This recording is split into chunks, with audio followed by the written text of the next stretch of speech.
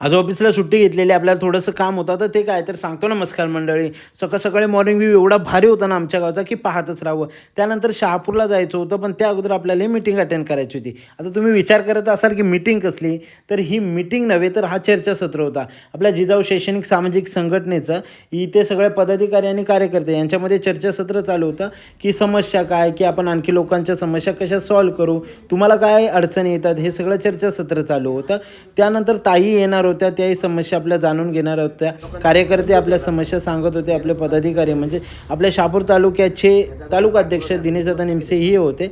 त्यानंतर मोनिका ताईंचं आगमन झालं आणि ताईंनीसुद्धा आपल्या सर्व कार्यकर्त्यांशी मनमोकळा संवाद साधला. कार्यकर्त्यांची समस्या विचारून घेतल्या आणि त्यावर नक्की उपाय देऊ हे सांगितलं. त्यानंतर आपण निघालो शहापूरला आपल्याला काम होतं, ते आटपून रिटर्न यायचं होतं. थोडा उशीर झाला. मला वाटलं की सगळं काय रेडी असेल, पण बाई 3:30 वाजेपर्यंत हेच तर जेवणच बनवत होते. बोललो की जाऊ दे, आपणही मदत करू.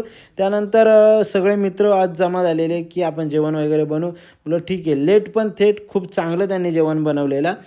तुम्ही बघा, खूप एन्जॉय केला आज. आणि त्यानंतर आदर्शला बोललो की आपण भाई आज रील बनवू, आणि रील बनवली. भाई ते बुर्ज खलिफामध्ये फ्लॅट घ्यायचा विचार आहे रे. अरे त्या आहे का ना माझ्या ओळखीचं पण आहे, त्यांचा पण तिथं फ्लॅट आहे. हा का? तुला घ्यायचं आहे का? हो ना, अरे घ्यायचा विचार आहे आता.